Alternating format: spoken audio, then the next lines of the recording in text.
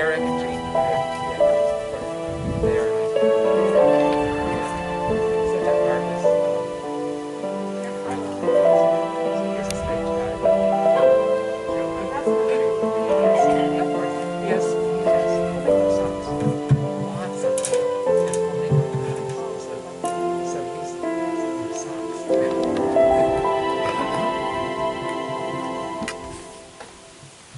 Morning, everyone. Morning. Morning. I think maybe this might be our last time outside. We're hoping certainly that we can go inside. And if it does start to rain today, go inside. Not going to. Okay, I know it's not. I've forbidden it. Yeah. On your bulletin, there are a few announcements. I'll just go through them a little bit. The transition committee for finding a new pastor is meeting this coming Thursday at 11 o'clock at Levi Corser Park under one of the gazebos. You'll find us. Please bring your lunch if you're coming. We will require that you sit 6 feet apart and that you wear a mask. Next Sunday, the 6th of September, our church is reopening. We will worship in the sanctuary at 10 o'clock. Masks will be required. And there is a procedure for going in the front. Only go in the front of the church. Do not come in through Fellowship Hall and come in. And only exit through the front of the church. Are there any questions about that at all? I can ask Fran to clarify if you need it. Then on September 13th, we will have communion, and the worship will be in the sanctuary again at 10 o'clock. September 14th, the cabinet will meet at 6 o'clock right here on the lawn at church. If you're on cabinet, please bring your own chair. We will require social distancing and masks. And it'll be a lot of papers, so try to, maybe a notebook or something to corral your papers would be a good idea.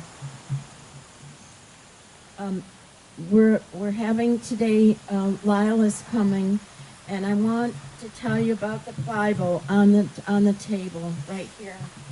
That Bible was presented to Lyle when he was ordained in our church. He calls it his unordained ordination. And it was a number of years ago, and it was presented by Hazel Gilbert to him. It's a lovely memento of that occasion. No matter who you are or where you are on life's journey, you are welcome here. We are the United Church of Christ.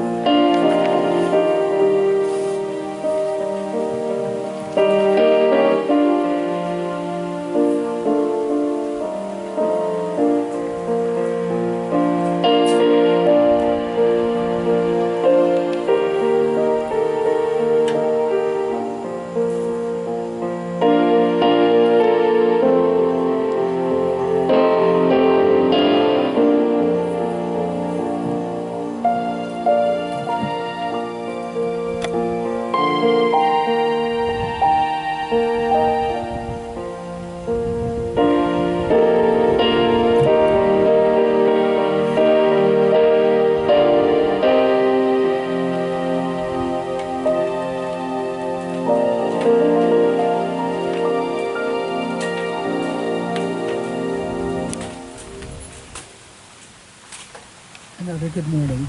I'm Reverend Sue Forsyth, the interim pastor of the United Church of Bristol, and I welcome you to this morning's worship service. A special thank you to Catherine and Fran for taping our services, Joan for lay reading and helping with the service, and Bob for our music. Our worship leader, Lyle, has prepared a special service for us today. Lyle grew up in this church and has served God his whole life. He is a man of justice and peace. He is a true Renaissance man. He enjoys reading, traveling, music, singing, delighting in the lives of family and friends. He is a prayerful man, a thoughtful man, a man of great spirit and deep roots, who cares for those in both the local and the greater communities, and for those who have gone before us and those who are present. Thank you, Lyle, for sharing your heart's love with us today.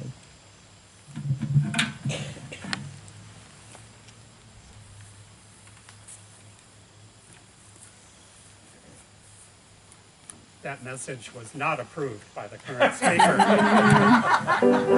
Approved by the congregation, Lyle.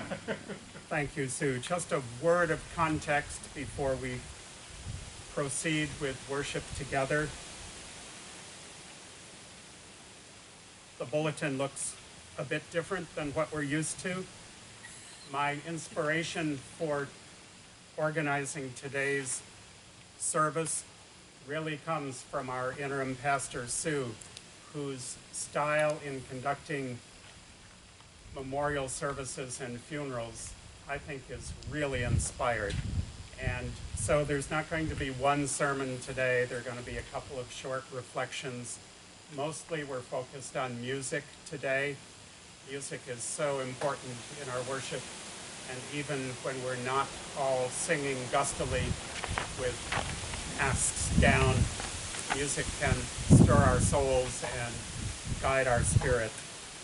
I'm especially delighted that friends Howard and Kitty from First Universalist Church in Rochester are joining us today, and we'll be offering music at the end of the morning.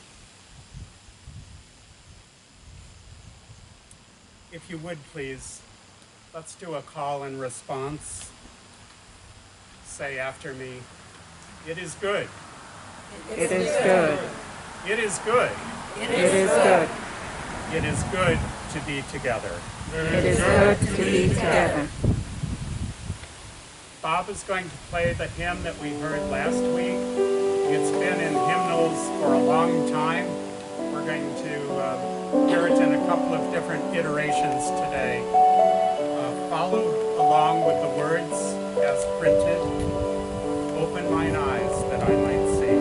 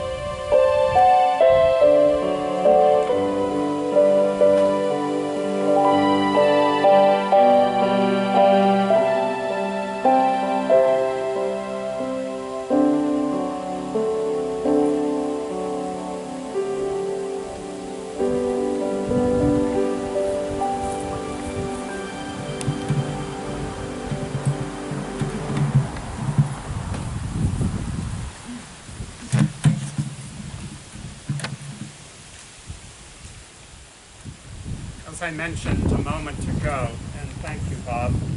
Thank you last week for giving us a warm-up, and this week for us to really center with that tune and those words. As the bulletin says, that hymn was written more than a century ago. The words penned by someone I had not known until I discovered this hymn, Clara Scott. And that's my typo, not 1985, but 1895. It's been around a long time. I first discovered this hymn in a collection of old gospel hymnals that were under the first pew behind the organ when Gene Ward was organist. Did I just date myself? A few decades ago.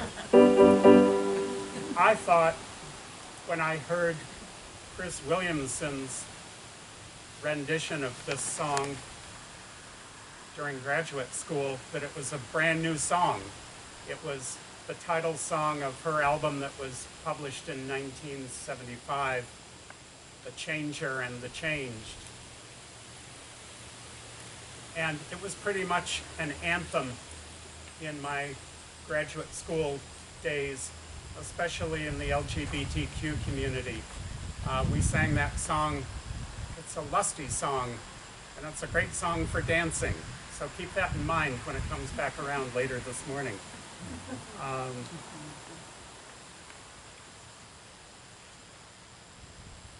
Just as the prelude that Bob played earlier, How Great Thou Art, a hymn that's been around for a long while and stirs many a soul and heart.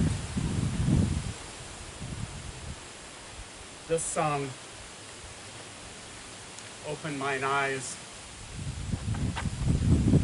to me is timeless. It's endless. It applies to all ages, all situations, all conditions.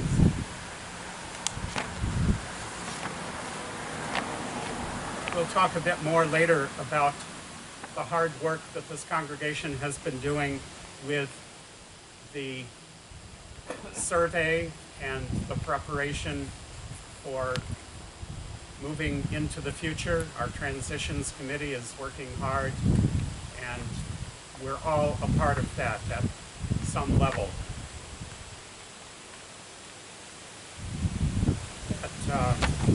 That survey and the summary of all of your responses helps illumine who we are as a congregation and what we're moving toward in the future. And I think this song, Open Mine Eyes, that I might see glimpses of truth, is a good undergirding for the work that we're doing together. Other verses of the song are, open my ears that I might hear, open my heart that I might feel.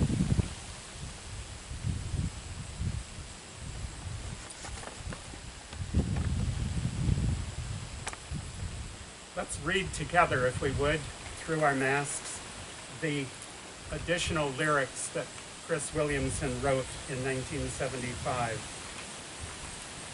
inspired by this old hymn. What do you do for your living? Are you forgiving?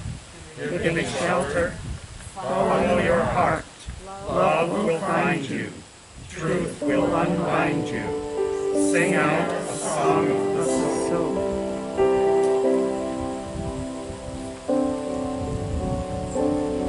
Spirit divine.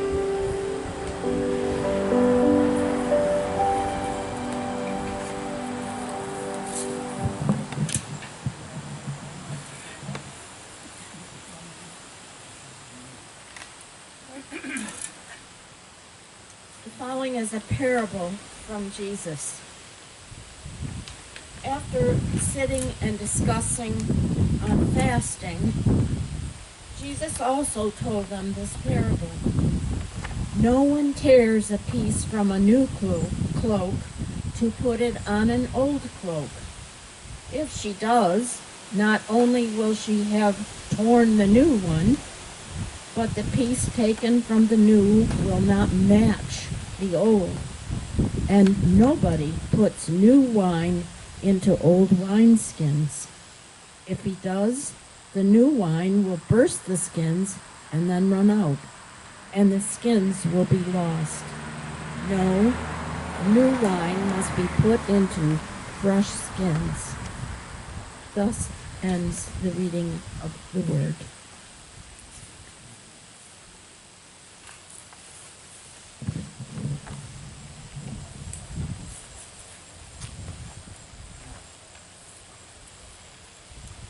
Thank you, Sue. Who knew other duties as assigned for the interim pastor meant sanitizing the microphone between speakers?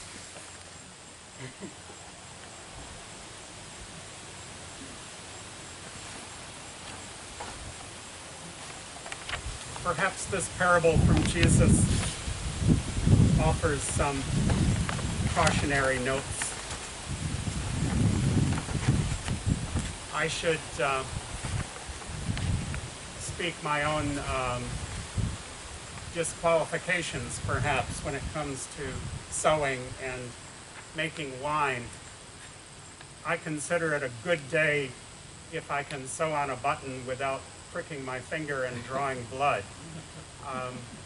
But I do remember from our grandmother Woodard's days of quilting that she always made her quilts from old cloth.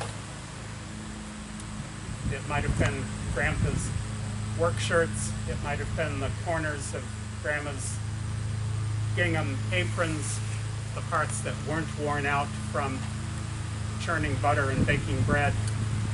And it was always a beautiful patchwork which she put together. But it was all old cloth that had been worn and tested.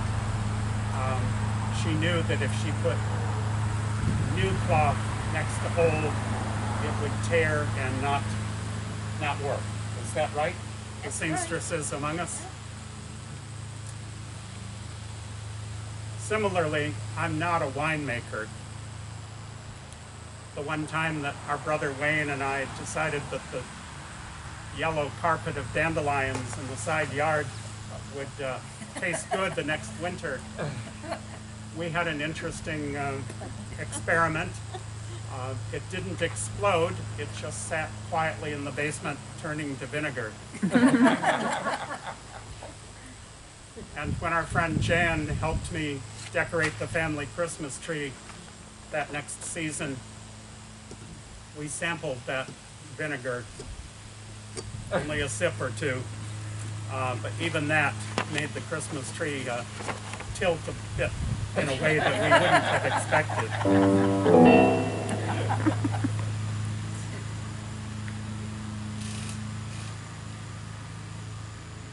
I said that the parable might be a cautionary tale for us. I wonder, as we embark on this era of new beginnings here at the United Church of Bristol, that we heed Jesus' warnings or suggestions, that we not just put a new patch on the old cloth or put new wine into old wineskins. That won't work very well. Many of us were here a few weeks ago for the wonderful ribbon cutting and beginning of the new playground, which you can see just at the edge of the parking lot. I invite all of us of whatever age to get a little closer and check it out, maybe even try it out if we wish.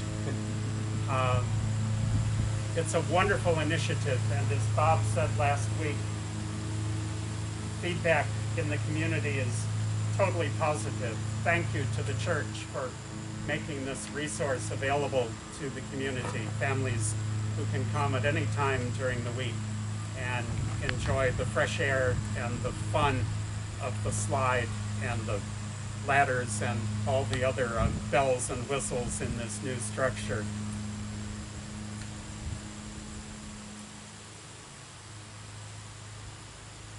Let's not stop there.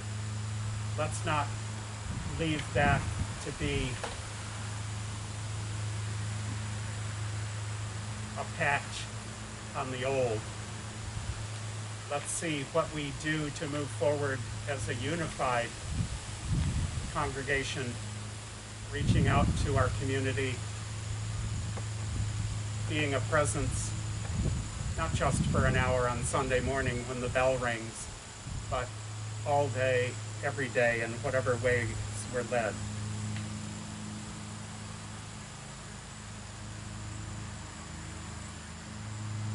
Briefly, another cautionary tale. When I was on staff at Philadelphia yearly meeting, which would be comparable to the New York Conference of the United Church of Christ, we had an initiative called Making New Friends, a cute little play on words for Quakers. And we worked very intensely, very intentionally with 5 different local meetings, local congregations, who were committed to reaching out into the community and being a more vital presence than what they felt they'd been able to be. And to kick that project off, each meeting, each congregation did a very detailed survey and self-reflection, self-assessment, much like the survey that the Transitions Committee here did. And interestingly, when the professionals who designed that questionnaire and administered it and reviewed it and summarized it and reported back to the different meetings, 3 out of the 5 meetings said, "Oh, there's been some mistake. You must be talking about, oh, that Springfield meeting up the pike. That can't possibly be who we are." And those who had summarized the surveys and made the reports said, "Oh, but this is who you say you are."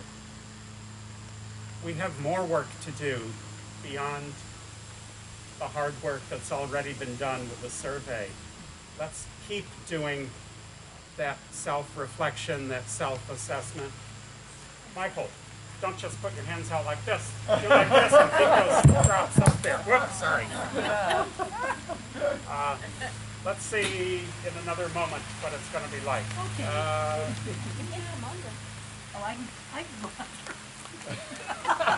Nice. A cautionary tale as it rains. As we move forward on sunny days, on rainy days, let's think about the truth of the parable and how we prepare for the future by not just making patches, but really making fundamental, even radical change.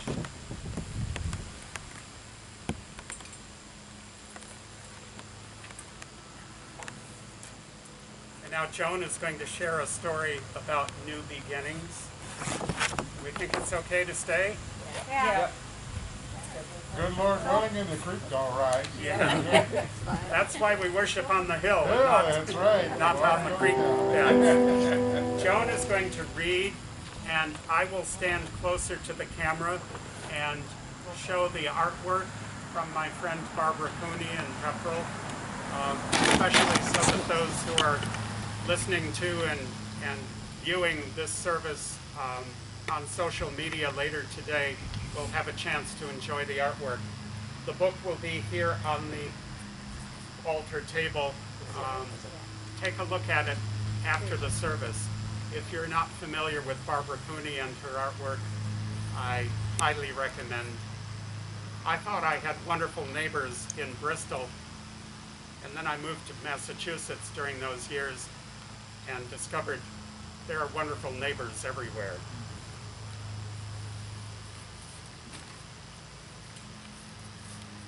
Thank you, Sue. What's going to be a good distance, Catherine? Okay, you can.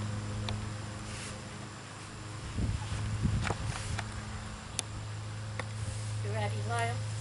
Yep. Your microphone is turned off. I think it turned off. I think it did too. Sorry. You can go back a little bit, Lyle. If you want. I can't. Can you hear me now? Okay. Can you hear me now?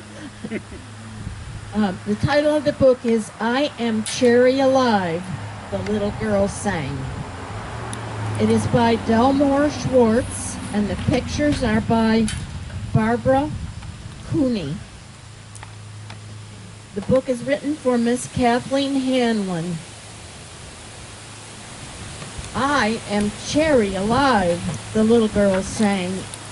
Each morning I am something new.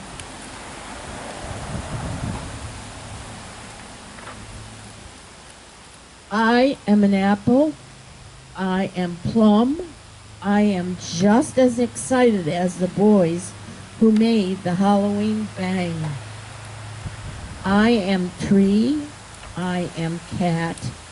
I am blossom too. When I like, if I like, I can be someone new. Someone very old, a witch in a zoo. I can be someone else whenever I think who. And I want to be everything, sometimes too.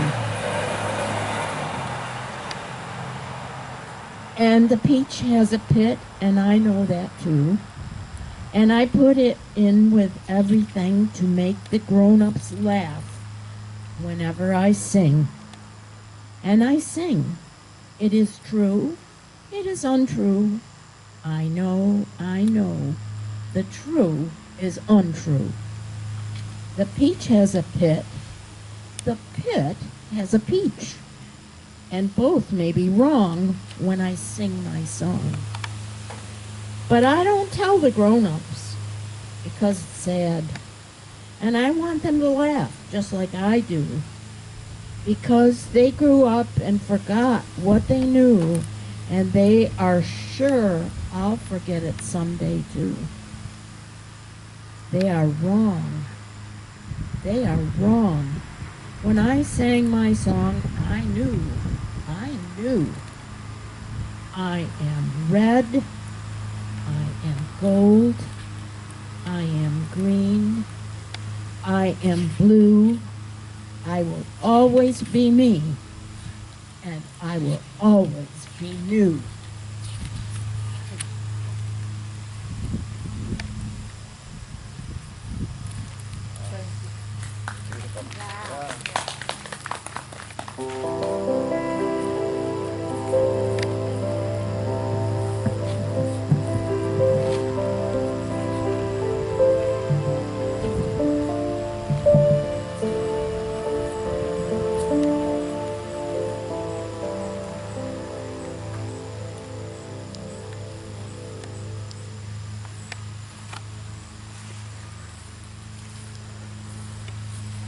Thank you, Joan. When Sue and I were enjoying the story in preparation for today, we agreed that the favorite line from Delmore Schwartz is, "The peach has a pit, but the pit has a peach." To go along with Edith Thomas cookies at the end of service, I'll bring out a basket of peaches for everyone to take one and enjoy at home.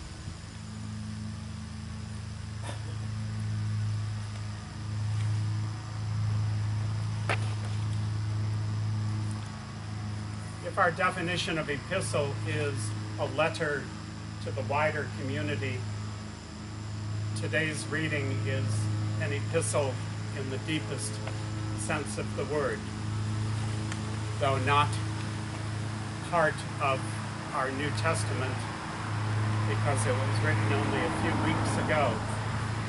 It still has much truth to offer and lift up.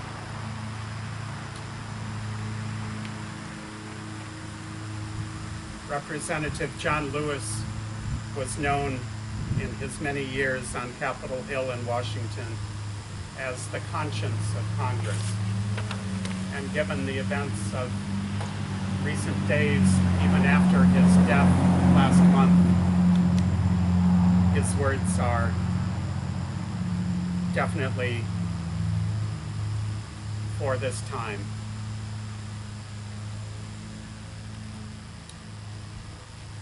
An epistle from John Lewis, which was printed in the New York Times the day of his funeral last month. I want you to know that in the last days and hours of my life, you have inspired me. You filled me with hope when you used your power to make a difference in our society. Motivated simply by human compassion, you set aside race, class, age, language, and nationality to demand respect for human dignity. In my last days, I have seen and felt that after many years of silent witness, the truth is still marching on. Like so many young people today, in my youth, I was searching for a way out, or some might say, a way in. And then I heard the voice of Dr. Martin Luther King Jr. on an old radio. He was talking about the philosophy and discipline of nonviolence. He said we are all complicit when we tolerate injustice. He said, it is not enough to say it will get better by and by. He said, each of us has a moral obligation to stand up, to speak out, and to speak up. When you see something that is not right, you must say something. You must do something. Each generation must do its part to help build what we call the beloved community, a nation and world society at peace with itself. Ordinary people with extraordinary vision can redeem the soul of a nation by getting in what I call good trouble, necessary trouble. The vote is the most powerful nonviolent change you have to make in a democratic society.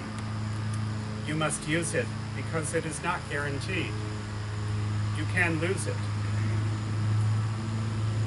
You must also study and learn the lessons of history because humanity has been involved in this soul-wrenching existential struggle for a very long time. People on every continent have stood in your shoes through decades and centuries before you. The truth does not change, and that is why the answers worked out long ago can help you find solutions to the challenges of our time. Continue to build union between movements stretching across the globe because we must get away and change our willingness to profit from the exploitation of others. Though I may not be here with you, I urge you to answer the highest calling of your heart and stand up for what you truly believe. In my life, I have done all I can to demonstrate that the way of peace, the way of love and nonviolence is the most excellent way. Now it is your turn to let freedom ring. When historians pick up their pens to write the story of the 21st century, let them say that it was your generation who laid down the heavy challenges of hate at last, and that peace finally triumphed over violence, aggression, and war. So I say to you, young people, walk with the wind, brothers and sisters, and let the spirit of peace and the power of everlasting love be your guide. Amen.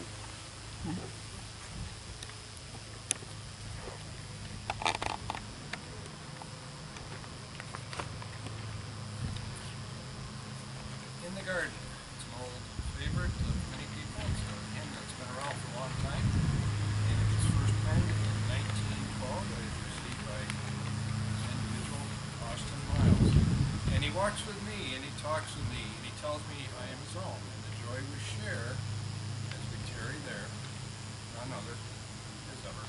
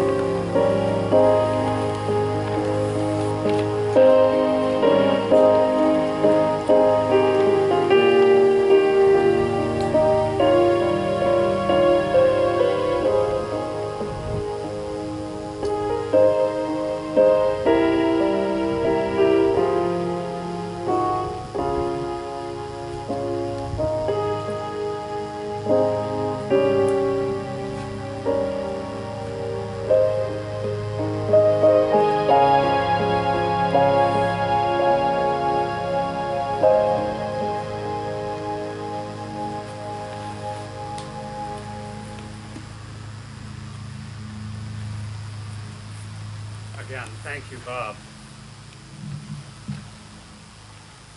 This time I have my reading glasses instead of my I can see you better glasses. It will help. I think it would be the exception that the hymn that Bob just played is new and unfamiliar. I bet we've all grown up with it and have known it and have loved it in its profound description of a personal relationship with the divine. I too have loved that hymn, and there's one part of it that's always not worked for me. It's that last line, and the joy we share when we tarry there, none other has ever known. Well, if Richard Gilbert were here today, he could check my universalist theology. Kitty and Howard help us out. I think the universalist way of saying that without taking anything away from the depth and the beauty and the joy of that personal relationship is the way my friend Susan Hilberg revised the lyric and the way we sung it at Germantown Friends meeting for her memorial a few years ago. And the joy we share when we tarry there, all others can ever know. That's the universalist message. God's love is there for all.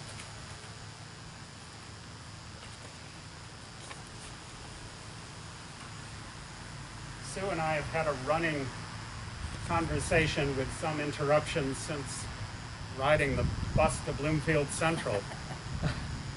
Leonard Cohen was our go-to person as a poet and a lyricist and a singer-songwriter. And Sue and I have a long list of the Leonard Cohen songs we want the other to make sure are played at our memorials. We haven't quite figured out how that's going to work, but we're working on it. Well, I'm here today, and Sue shares some of my excitement. It's time for Leonard Cohen of blessed memory to move over and make room for the next generation. Not to move off stage, but just to make room for someone else. And that person to me is Josh Groban. I didn't know anything about him until he popped up on YouTube singing a duet with Barbara Streisand, and I thought, wow, there are so many of his songs that are profoundly spiritual and deeply prayerful. And if there were more time, I wish we could look at several of them. Maybe one of them is Here Comes the Sun. The one I've chosen for us to focus on today is printed in the bulletin, and I think it's a profound reflection on the strength with and joy in God. Bob played that wonderful old hymn at the beginning, How Great Thou Art, with all of the wonderful metaphors and references to the power of nature. This is a different focus and still speaks to me, and I hope to others. I'd invite you to read with me the lyric that's in the bulletin. And someday soon, when we're back in the sanctuary and can sing more, I hope Kitty and Howard can come back and help us incorporate this into our new hymnal. For now, it's an invitation to prayer and an awareness of God's presence. Let's read this lyric together. When I am down and oh, my soul so weary, when troubles come and my heart burdened be, then I am still and wait here in the silence until you come and sit a while with me. You raise me up so I can stand on mountains. You raise me up to walk on stormy seas. I am strong when you are on your shoulders. You raise me up to be more than I could be.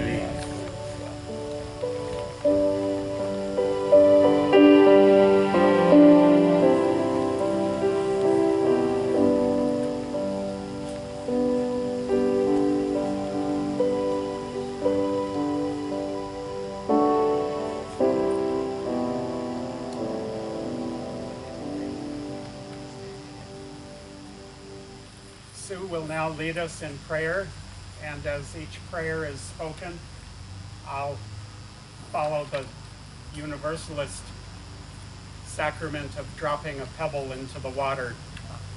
Even though we won't see the ripples, we'll feel them as the prayers connect us all, heart to heart to heart.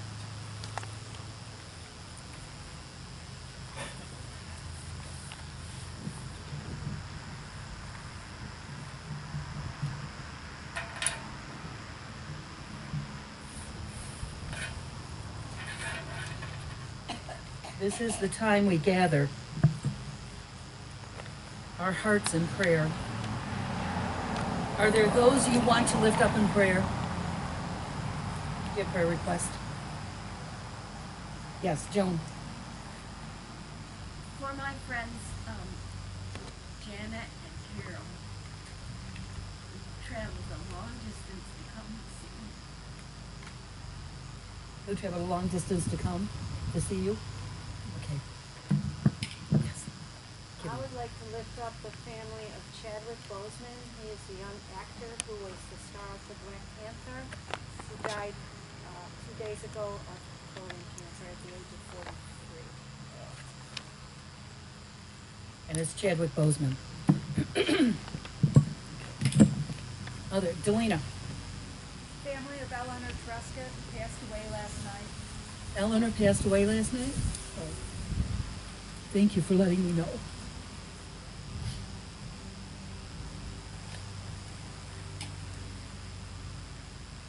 Eleanor was a very dear friend at the South Livonia Church. She was sort of like a mother figure. What was that? I was called her the matriarch. And the mother. And the mother. Yep. Are there others? Pat? For my friend Dennis, who's battling cancer.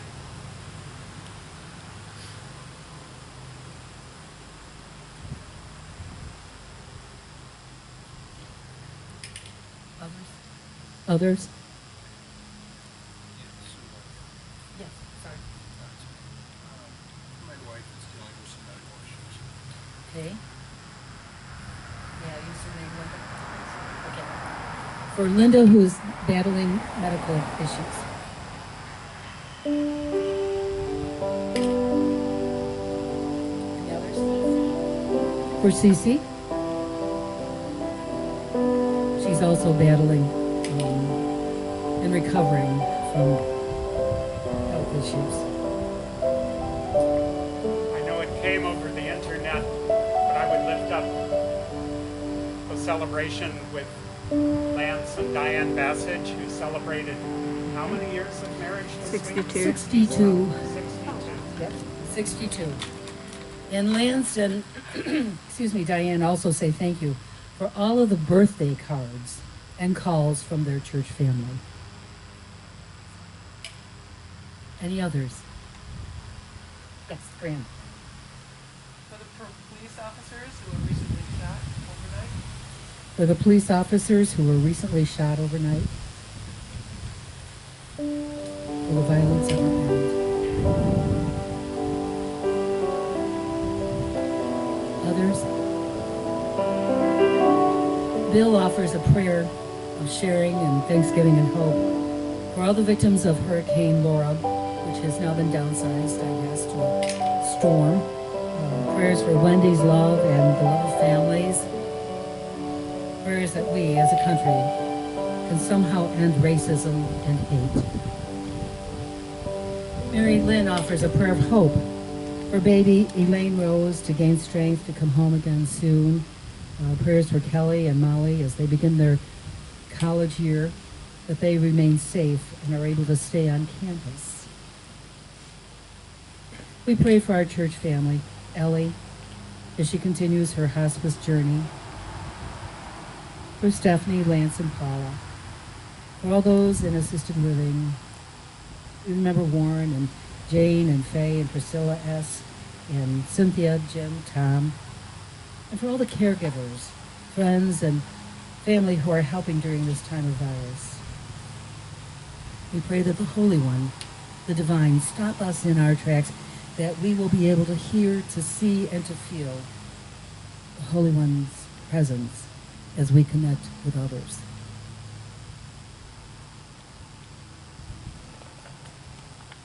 As we continue our prayer, we pray, Holy One, we are grateful that we are rooted in you. You are not looking for perfection, but desire trust and the best of us each day. Your grace is transforming. You heal us deeply, all the way into our hearts and into our spirits, mending our cracks and breaks with your love and your mercy. You make us strong, allowing us to go into the world to meet life's challenges. We, your people, are grateful that we are rooted in you. Amen.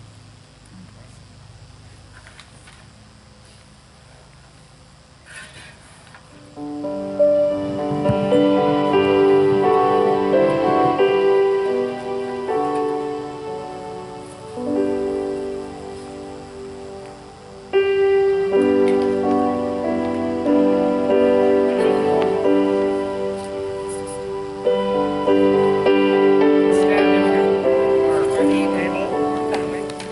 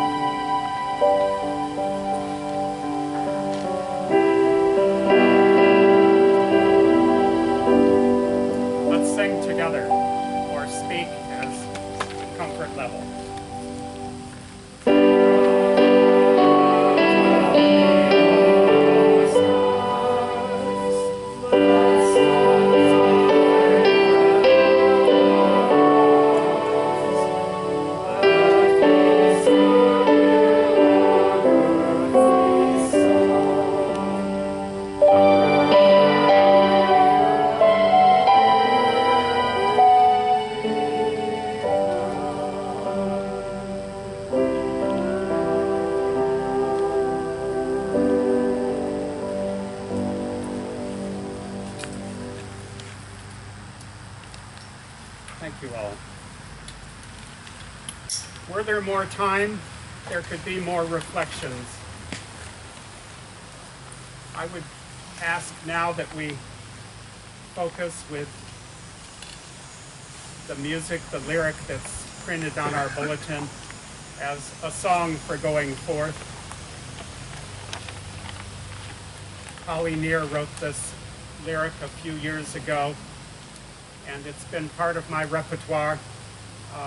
As recently as last evening, Charlie Jenks from Chicago, no relation, different spelling, was giving a concert at Cafe Lena in Saratoga Springs. I think the very first live coffee house concert since the beginning of the COVID shutdown. And in his periodic reflection online, he said that he's been using Holly Near's lyric as a prayer throughout this period of pandemic, that it lifts him up, maybe in some of the same way that Josh Groban's lyric does. It helps us look forward to whatever is coming, whatever the future might hold, to embrace it in faith and in hope. We're going to try to, we will broadcast Holly's singing of this song and follow along with the lyrics. The one line that I think applies most to us as we're embracing the future and looking with our transitions committee to the future of this congregation.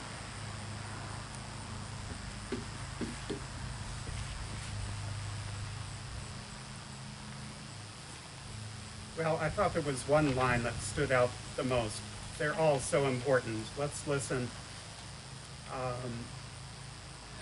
Wait a minute. I'm willing. May the winds of change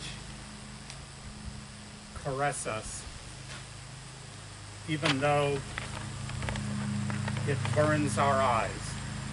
Not all change, not everything in the future is going to be comfortable, but we look forward, we embrace it, we move forward in faith.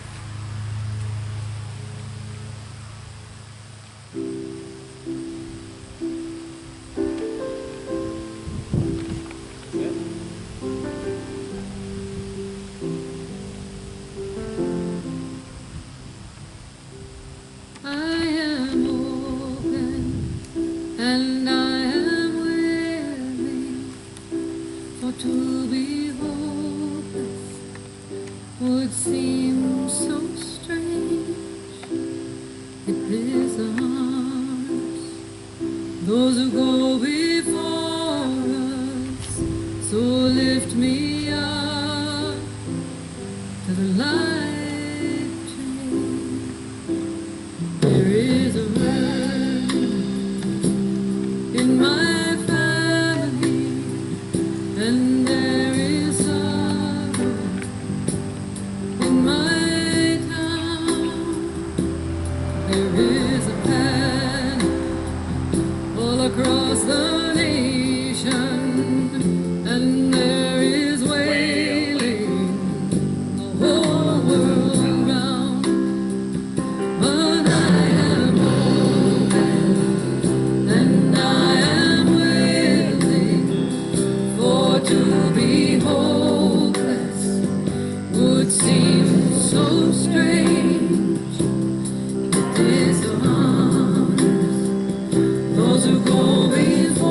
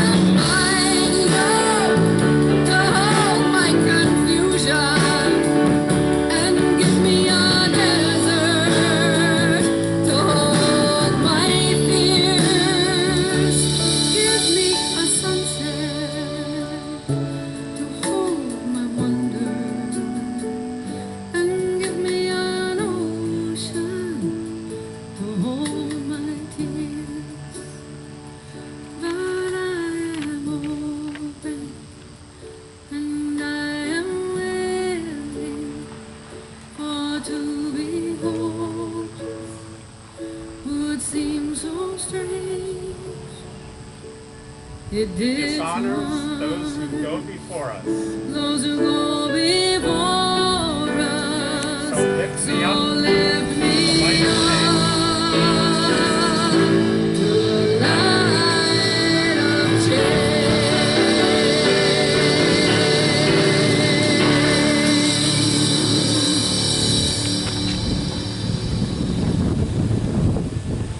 I will let Holly's powerful lyrics and images of the mighty oak, the desert, the ocean, be images as a charge for us to go forward, facing the future together. And after Sue's benediction, Howard and Kitty will offer a rendition of Chris Williamson's The Changer and the Changed. Thank you all.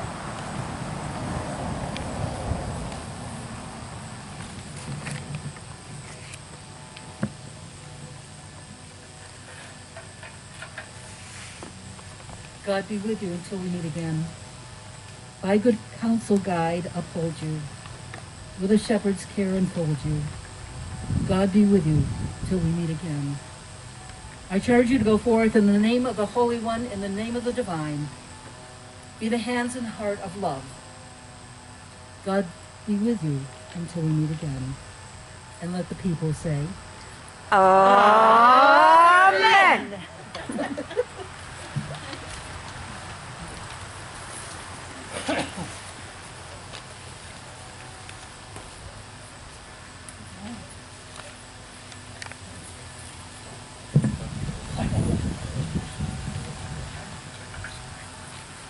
I first want to just say thank you to Lyle and all of you for having Howard and I here today. So wonderful to meet us. This song has a chorus, and we would love it if you would. Yes. We would love it if you would sing along with us with the chorus. How it gets ready. But the words of the chorus, they start after I sing, and sing out a song of the soul, which is the last part of the verse, of the verses. And then the chorus goes, why don't you sing this song? Why don't you sing along?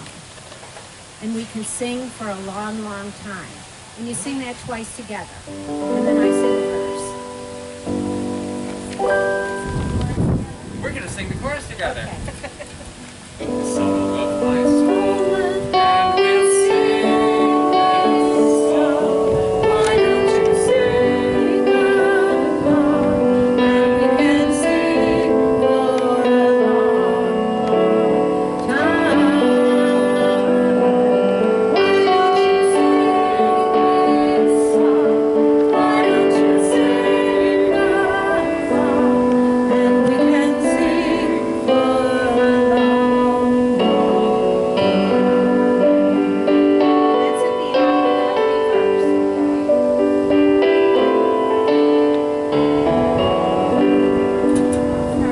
Wanna do the chorus one more time, or One more should we? time. Got it? We got it. We'll get it. We got 3 verses, so yeah, they'll get it. Okay, so I sing an a cappella part first. Open mine eyes that I may see glimpses of truth thou hast for me. Open mine eyes, illumine me, Spirit divine.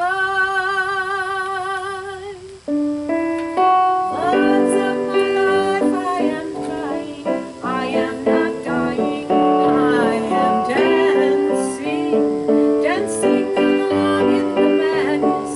There is no sadness, only a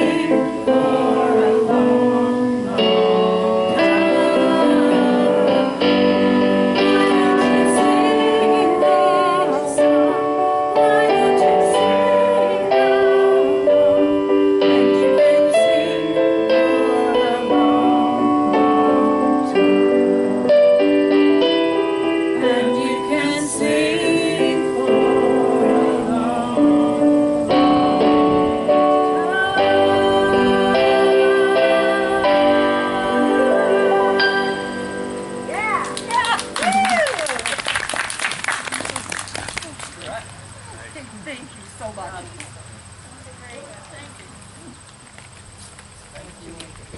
Cookies and peaches, everyone. Don't forget the pit. How about Stop.